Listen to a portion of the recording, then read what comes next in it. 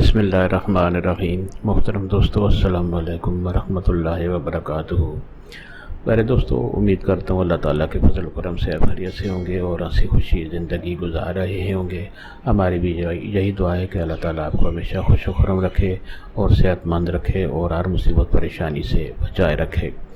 دوستو، آج میں جو وظیفہ آپ کے لیے پیش کر رہا ہوں یہ شیطانی وسوسوں سے نجات کا وظیفہ ہے، یعنی شیطانی وسوسے جو انسان کو پریشان کرتے رہتے ہیں ان سے بچنے کا، ان سے نجات کا بہت ہی اعلیٰ قرآنی وظیفہ ہے۔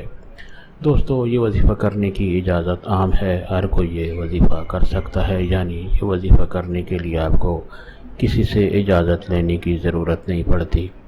دوستو، آج کا وظیفہ اگر آپ کو پسند آ جائے تو اور دوستوں سے بھی شیئر کریں تاکہ اور لوگوں کی بھی پریشانی دور ہو اور وہ بھی یہ وظیفہ کریں اور آپ کے لیے ثواب کا سبب بنے۔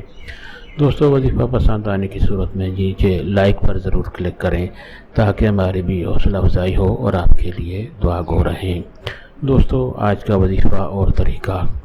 دوستو، بہت سے لوگ شیطانی وسوسوں سے، غلط خیالات سے پریشان رہتے ہیں اور اس وجہ سے بہت سے لوگ ٹینشن کا شکار بھی ہو جاتے ہیں۔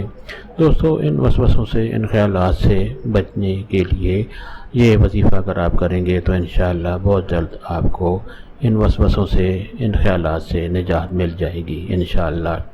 دوستو، طریقہ یہ ہے کہ روزانہ نماز فجر کے بعد، یعنی صبح نماز فجر کے بعد اور طلوع آفتاب سے پہلے آپ نے ایک مرتبہ قرآن حکیم کی سورت مبارک سورت الفلق آپ نے تلاوت کرنی ہے۔